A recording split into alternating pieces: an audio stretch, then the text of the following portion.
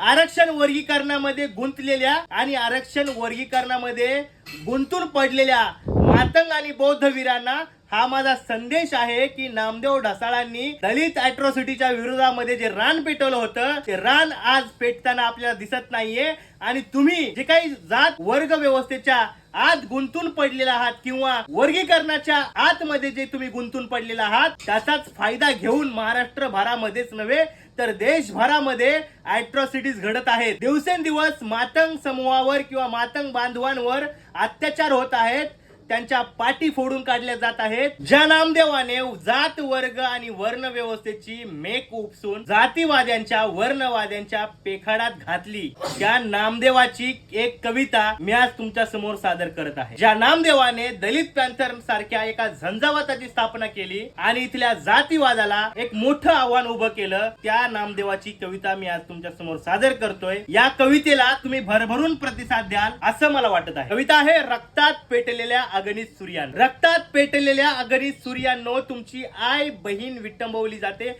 हटाहटातून. मवाल्यासारखे माजलेले उन्मत्त नीरो आजही मेणबत्ती सारखे जळतात माणसं चौका चौकातून. अरे पसाभर पाणी आणि कोरभर भाकरीचा अट्टहास केला तर फिरवला जातोय नांगर घरादारावरून. चिंदकातले हात सळसळले तर छाटले जातायत नगरा नगरातून. रक्तात पेटलेल्या अगणित सूर्यांनो ती ती पहा मातीची अस्मिता आज आभाळभर झालिया आणि माझ्या आत्म्यानं जिंदाबादची गर्जना केलिया. तवा रक्तात पेटलेल्या अगणित सूर्यांनो या शहराला आग लावी चला, या शहराला आग लावी चला.